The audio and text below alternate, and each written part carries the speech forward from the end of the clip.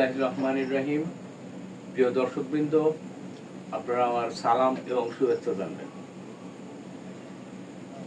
প্রিয় দর্শক, আপনারা যারা গতকালকের আমার ভিডিওটি দেখেছেন আমির হামজাকে নিয়ে করা, তো ওই ভিডিওটা শুধু আমি একাই করিনি, এরকম আরো অনেকেই ফেসবুকে লিখেছেন, ইউটিউবে ভিডিও করেছেন।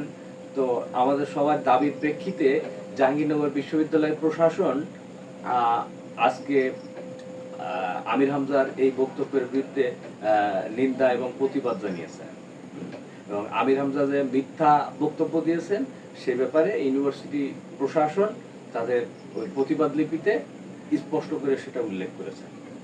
তো আমাদের এই আহ্বানে ইউনিভার্সিটি প্রশাসন সাড়া দিয়েছেন, এজন্য জাহাঙ্গীরনগর বিশ্ববিদ্যালয় প্রশাসনকে আন্তরিক ধন্যবাদ। প্রিয় দর্শক, আপনারা আরো হয়তো জেনে থাকবেন যে আজকে এই আমির হামজা ক্ষমা চেয়েছেন। তিনি বলেছেন তার ওভাবে বলা উচিত হয়নি, তিনি ভবিষ্যতের ব্যাপারে সতর্ক থাকবেন। তো যাই হোক প্রিয় বন্ধুরা, আজকের ভিডিওতে যে ব্যাপারটা নিয়ে আলাপ করব সেটা হচ্ছে জামাত ইসলামের রাজনৈতিক ভুলসমূহ এবং পিআর। প্রিয় বন্ধুরা, আপনারা জেনে থাকবেন যে 1947 সালে যখন এই দেশের, এই অঞ্চলের, এই উপমহাদেশের হিন্দু এবং মুসলিমরা দুই ভাগে বিভক্ত হয়ে পড়েছিল এবং তাদের সেই দাবির প্রেক্ষিতে এই উপমহাদেশকে ভেঙে দুইটি রাষ্ট্র করা হয়েছিল, একটি পাকিস্তান, একটি ইন্ডিয়া। তো এই ভাগাভাগিরও বিরোধিতা করেছিল জামাত ইসলাম। কিন্তু এর চেয়েও বড় ভুলটা জামাত ইসলামী করেছে 1971 সালে, যখন পাকিস্তান থেকে পৃথক হয়ে একটি স্বাধীন সার্বভৌম ভূখণ্ড বাংলাদেশ জন্ম নেয়। সেই জন্ম প্রক্রিয়ার বিরোধিতা করেছিল জামাত ইসলামী। এটা ছিল জামাত ইসলামের এ যাবৎকালের সবচাইতে বড় রাজনৈতিক ভুল। প্রিয় বন্ধুরা, আপনারা জেনে থাকবেন যে ওই 1971 সালের মুক্তিযুদ্ধের শুরুর দিকে শুধু জামাত ইসলাম না, বরং আরো কয়েকটা রাজনৈতিক দল, পিকিংপন্থী, যে বামপন্থী ধারার যে রাজনৈতিক দলগুলো, তারাও শুরুর দিকে মুক্তিযুদ্ধকে ভারতের ষড়যন্ত্র বলে তারা মনে করেছিল, এজন্য তারা মুক্তিযুদ্ধের বিরোধিতা করেছিল। এবং তখন পাকিস্তান অর্থাৎ ইয়াহিয়া খানের বাহিনী তখন বাংলাদেশে আওয়ামী লীগ বা জয় বাংলার কর্মী নিয়ন্ত্রণ করছে বা নিধন করছে, এরকম বললেও বাস্তবতা ছিল তার ভিন্ন। আওয়ামী লীগ নয় শুধু, বরং এই বাংলাদেশের সর্বস্তরের জনসাধারণের উপর যখন হামলাটা শুরু হয়ে যায়, যখন সাধারণ জনগণের বাড়ি ঘরে আগুন দেওয়া হয়, লুটপাট করা হয়, সাধারণ মানুষকে হত্যা করা হয়, তখন আর এই যুদ্ধটা শুধু পাক হানাদার বনাম আওয়ামী লীগের মধ্যে সীমাবদ্ধ থাকে নাই। তখন এই যুদ্ধটা হয়ে গেছে পাকিস্তান বনাম বাংলাদেশের মানুষ, বাংলাদেশের জনগণ।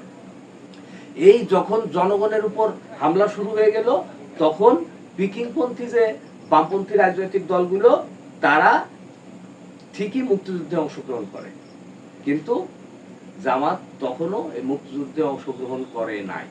এবং তার ফল জামাতকে, তার ফলে যে ভোগান্তি, সেই ভোগান্তিতে জামাতকে এখনো পড়তে হচ্ছে, এখনো জামাত সেই ভোগান্তি পোহাচ্ছে। প্রিয় বন্ধুরা, জামাতকে 71-এর এই রাজনৈতিক ভুল করেই তাদের ভুলের খাতা বন্ধ করে দিয়েছে? না, জামাত প্রতিনিয়ত ভুল করে যাচ্ছে। 2024-এর 5ই আগস্ট পরবর্তীতে জামাতের কয়েকটা মারাত্মক ভুল সিদ্ধান্ত রয়েছে, যে ভুল সিদ্ধান্তে জামাত বিতর্কিত হচ্ছে। তার মধ্যে অন্যতম একটা যে গুপ্ততা, জামাতের শিবিরের কর্মীরা গুপ্ত থাকছে। এখন জামাত যদি তার কৌশলগত কারণে কোনো কর্মীকে ছাত্রলীগে ঢুকানো লেগে সেখানে রেখে দিত, কিন্তু যখন সুসময় এসেছে তখন তাদের ওই কর্মী, ছাত্রলীগ করা কর্মী, তাদেরকে আবার তাদের নিজ নিজ সংগঠনে অর্থাৎ শিবির কিংবা জামাতে তাদের আবার প্রকাশ ঘটানো হচ্ছে। এটা জামাতের একটা মারাত্মক ভুল সিদ্ধান্ত, এবং এই ভুল সিদ্ধান্তের কারণে জামাতকে আগামী অনেক দিনে এর জবাবদিহিতা করতে হবে।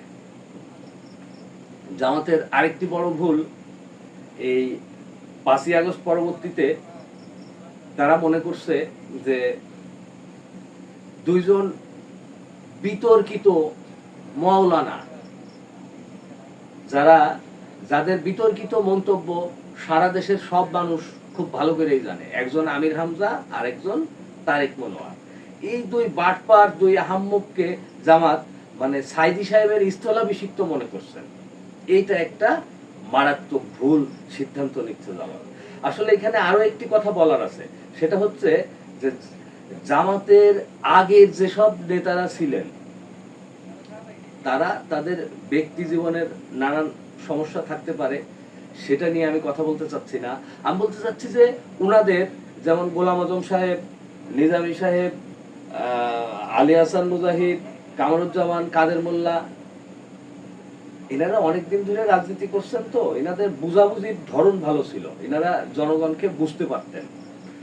আমার মনে হয় উনাদের মৃত্যু পরবর্তী, উনাদের ফাঁসি পরবর্তী জামাতে এই ধরনের বুঝসুজালা নেতা আর তৈরি হয় নাই। এই সেক্টরে জামাতের একটা বড় রকমের শূন্যতা বিরাজ করছে। এজন্যই জামাত একের পর এক ভুল সিদ্ধান্ত নিচ্ছে।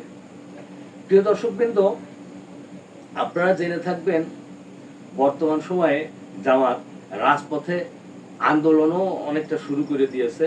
এর আগে তো অনেক রকম হম্বিতম্বি হুমকি ধামকি দিয়েছে। কি নিয়ে? পিয়ার নিয়ে।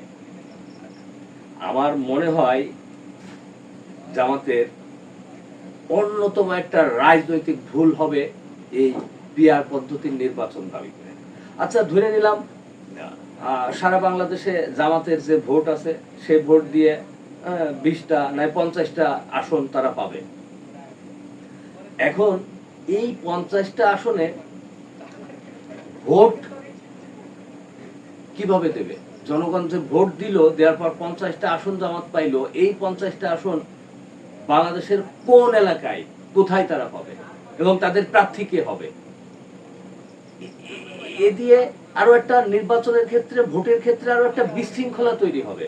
শুধু তাই নয়, ইসলামের একটা ধারণা আছে, গাছ আপনার গাছের ফল আপনি বেচতে পারবেন। কবে? ফল গাছে ধরবে, বড় হবে, ফল দৃশ্যমান হওয়ার পরে সেই ফল আপনি বেচতে পারেন। কিন্তু এখনো ফলের সিজন শুরু হয় নাই, গাছে ফল ধরে নাই, ওই ফল আপনি কোনোভাবেই বিক্রি করতে পারেন না, ওটা হারাম হবে আপনার জন্য। প্রার্থী না দেখে আন্দাজে শুধু মার্কার পর সিল মারলে ভোট দিলে সেই ভোট জায়েজ হবে? ভোটটা আপনি কাকে দিলেন? প্রার্থীর যোগ্যতা দেখেছেন, সততা দেখেছেন? দেখেন নাই। তো পিআর পদ্ধতি একটা বাতিলযোগ্য পদ্ধতি। এই পদ্ধতিটা কেমন? এই পদ্ধতি আসলে আমার মনে হয় এই পদ্ধতিটা এসেছে এর আগে, যে আওয়ামী লীগের মাথায় ইন্ডিয়ায় যে একটা বুদ্ধি ঢুকিয়ে দিয়েছিল ইভিএম, যে ইভিএম শেষ পর্যন্ত আর স্থায়িত্ব পায় নাই। এই আওয়ামী লীগকে দিয়ে ইভিএম বাস্তবায়ন করাতে পারে না ইন্ডিয়া। এখন সেই ইন্ডিয়া জামাতকে দিয়ে পিআর পদ্ধতি দাবি করাচ্ছে। কিন্তু এই পিআর এর পিছনে অনেক বড় ষড়যন্ত্র রয়েছে, যেটা জামাতের এখনকার কাঁচা মাথার রাজনীতিবিদ নেতাদের মাথায় আসছে বলে আমার মনে হয় না। আচ্ছা, ধরেন আওয়ামী লীগ যদি এখন সারা বাংলাদেশে প্রার্থী দাঁড় করায় দেয়, এই আম, আতা, আপেল কিংবা আনারস মার্কায় সারা দেশে, এবং আওয়ামী লীগের ভোটগুলো যদি তারা দিয়ে দেয়, তাহলে আওয়ামী লীগ কতগুলো সিট পাবে সারা বাংলাদেশে? জামাতের এই পিআর পদ্ধতির বাস্তবায়ন মানে পক্ষান্তরে আওয়ামী লীগ এবং ইন্ডিয়াকে এই বাংলাদেশে পুনর্বাসন, এই সেটার জন্যই জামাতের এই পিআর বলে আমার মনে হয়। পিআর পদ্ধতি এতে সুষ্ঠু জনমতের আকাঙ্ক্ষা সুষ্ঠুভাবে প্রতিফলিত হবে বলে আমি মনে করি না।